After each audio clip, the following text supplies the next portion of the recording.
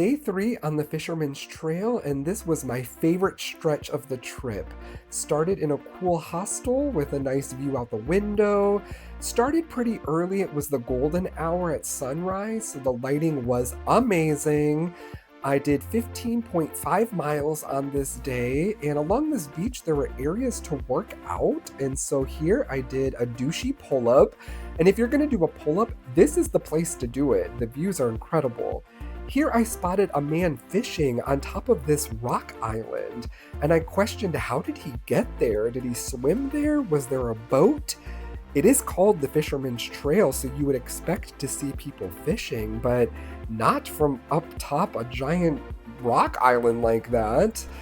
I continued on the path, and about 2 hours later, I found this area with a beach that I thought was really secluded, and I debated whether it was worth it to walk down all those steps, knowing I still had a lot of miles to go until I finished for the day. But yep, I decided it was totally worth it.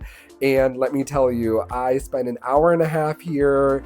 I relaxed. I did go in the water. It was freezing cold, but it felt incredible on my feet after walking for 3 days. Maybe spent a little bit too much time here, but how could you not with these views?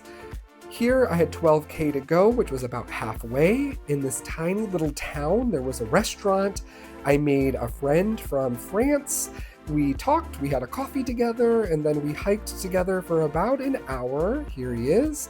At this point, he abandoned me because I was taking too many photographs and videos, which not a problem at all. And here I spotted 2 nests of white storks, which I've read is unique to this area of Portugal. So that was cool to experience. Here, the water is literally sparkling from the sunlight. Just what a view.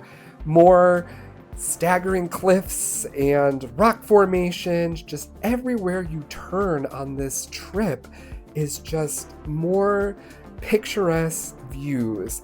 It's something you can't capture with video and with photographs. It's something I recommend you personally experience. Here's the town, a sign for the town where I would end up.